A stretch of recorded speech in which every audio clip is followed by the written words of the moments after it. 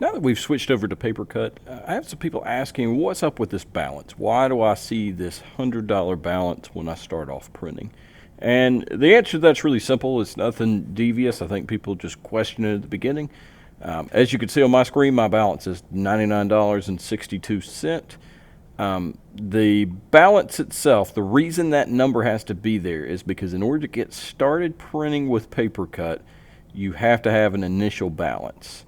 And so instead of having like an initial balance of $1 just to meet that requirement, we came up with the $100 balance because that's roughly 10,000 copies. That's how much it would cost the school to run 10,000 copies. Now, that's not meaning that that's a limit. You can actually run a negative balance with PaperCut. But as far as the tech department's concerned, we're not restricting these copiers in any way, shape, or form. That's left up to building admin. So unless somebody above my pay grade says you have to check that box, then it's not going to be restricted in any way to that $100 mark. Now, with that said, I do like the fact that when I log in, it does make me more aware of how much I'm printing. Now, for most people, you'll see that $100 balance there, and you may not think anything about it, or it's the middle of the year, so, what does this mean for the rest of the year? Like I said, this in no way limits you unless it's a building level admin decision.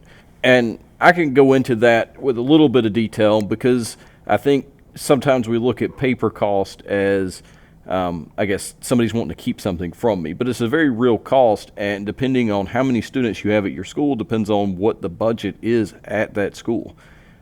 So unfortunately, the way that funding model works, it's based on your number of students.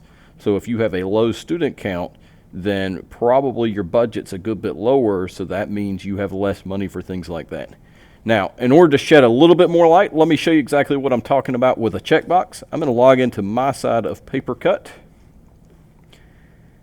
and then you'll see exactly what I'm talking about. So I'm going to go over here. Let me just go to one of these printers, and right now there's a ton in here. I'm just going to go to one that's a PaperCut printer. This one happens to be at Aquadel, and when I go down through here, I can actually do the filter restrictions. I can apply filters to restricted users.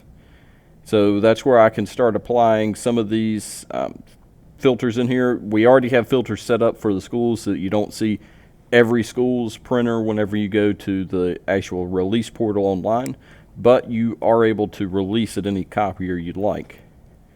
I'm going to go real quick to users, and let me just find me, and you'll see exactly what I'm talking about. If I click this box, restricted by my account, then that means that balance will restrict me. But as you can see, mine's unchecked, and everybody in the district is unrestricted at this moment. This will be a building level admin decision on whether it needs to be restricted or not. And my take is more than likely it'll probably be a budget-based decision instead of a control-based decision. So instead of giving people packs of paper and going to the copier, this could be sitting here and it does the same thing, but you don't have to go and find packs of paper or take paper with you to the copier. If you have any questions about those restrictions, I would say that's something that maybe you want to bring up to your SIT team or something like that.